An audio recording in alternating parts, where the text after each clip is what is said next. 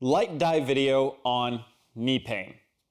And specifically, we're going to be addressing side, side, front. Oh, any one of those. And we're not going into necessarily any real exercises today. We're going to go into the soft tissue work and the mechanics behind what's happening with your knee pain. We're going to offer a solution, but it could be backed up by more exercises. We'll give you a little idea of what's going on with that. So let's jump into this light dive video. Not as comprehensive as a deep dive, but we're going to be getting to a little bit more info. So what do we got going on here? A lot of runners, even lifters, but mostly people are out running now, is the weather's turning, it's nicer out. They're getting a lot of pain right through the front of the knee here, and you see a lot of people massaging through here and kind of working right here, and the knee pain stays. So you feel it stepping up, and when you're coming upstairs, you feel it when you're stepping and pulling on a run. It's inconvenient and painful, hence pain. So what's going on here? Pain here, pain here, pain here.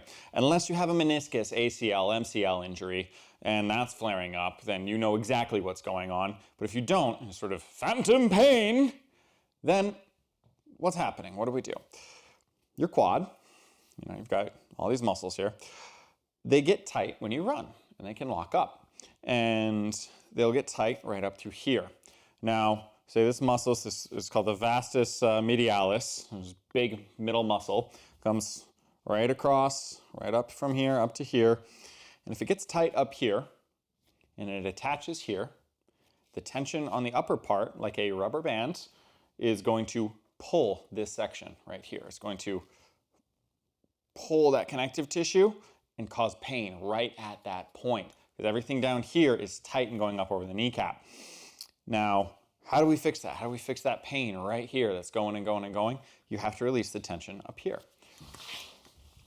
And you'll know if it's a problem if you get, say, a fist and just do a little bit of back and forth. You'll start right above the kneecap. Okay, that's not so bad. That's okay. Or maybe it's terrible, god awful. That's where you have to roll. And you get to that middle part, like, okay, yep, that's probably a lot more uncomfortable.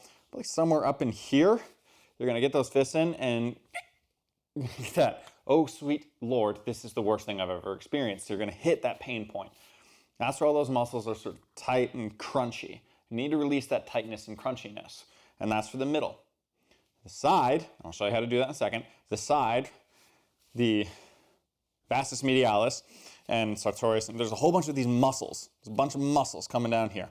They push the leg forward. They stabilize the leg. They keep everything moving correctly.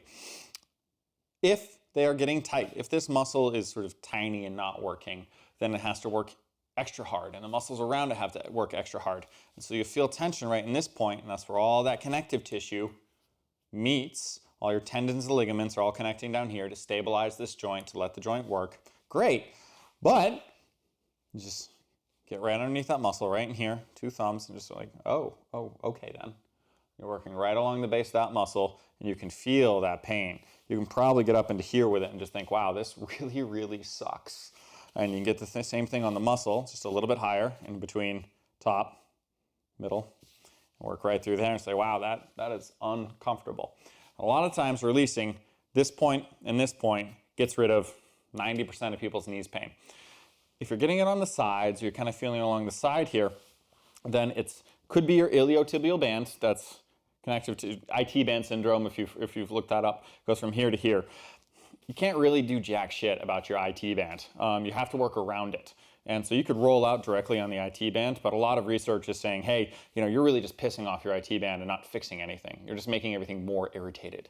So if you move just a little bit up, right along this muscle group here, get your IT band going along here, you move right up onto that muscle group above it and roll right along there.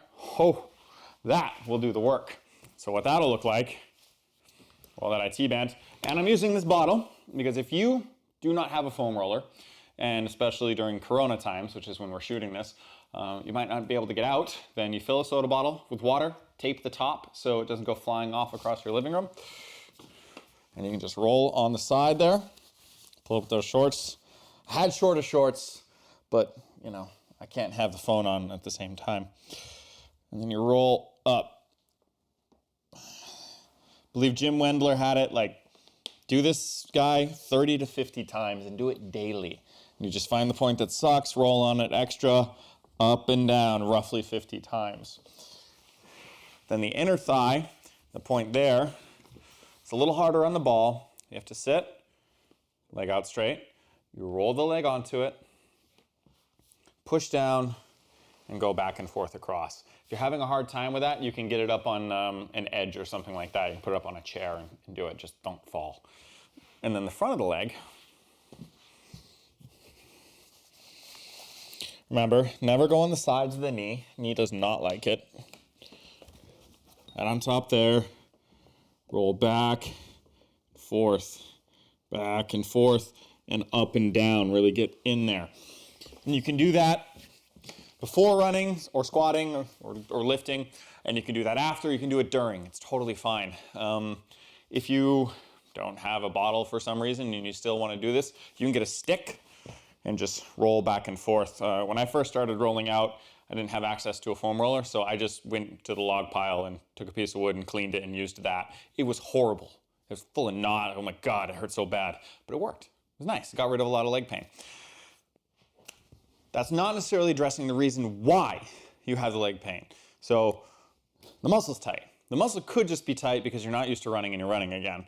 Or you're running too much, because runners will do that a lot. So modulate your training, have a program like all things, and kind of stick to it if you really have a goal. If you're doing it casually and just kind of casually hurts, roll out.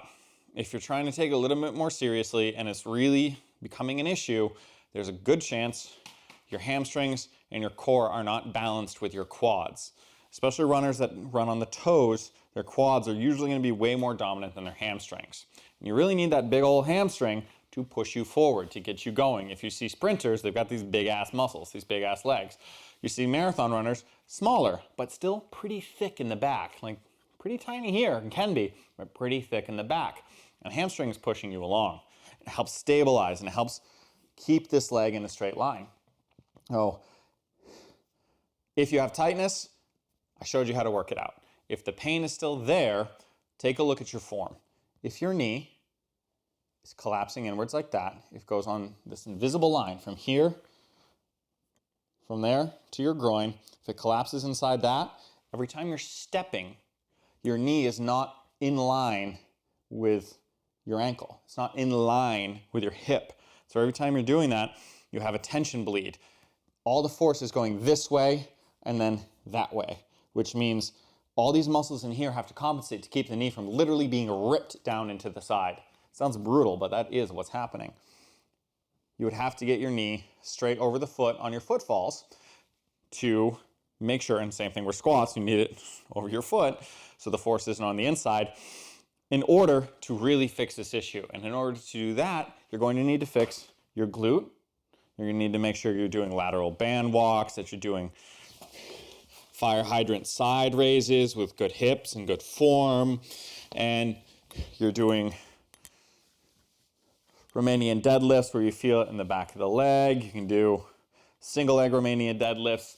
If you can't do those guys, you're trying to learn, hips rolled under, nice and tight, heels, big toe, little toe, 3-point position.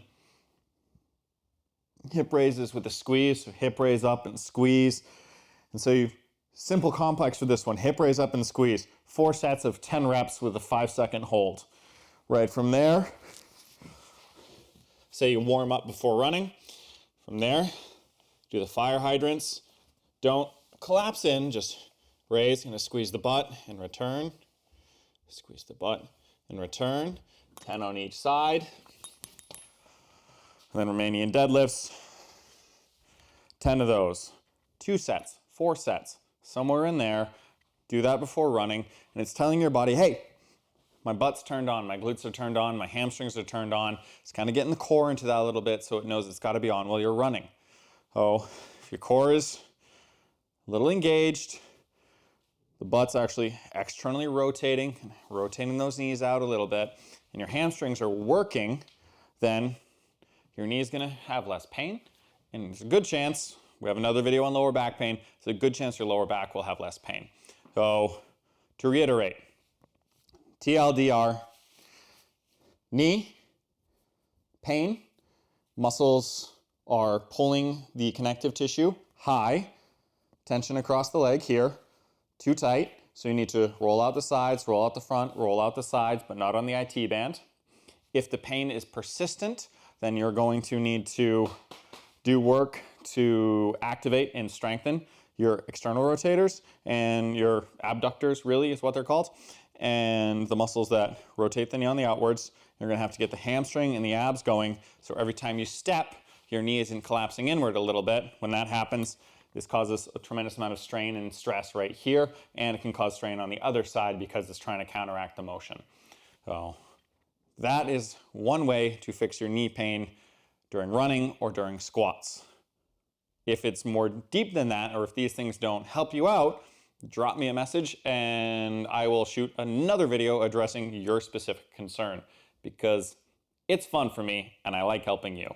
There you go, strength and conditioning out.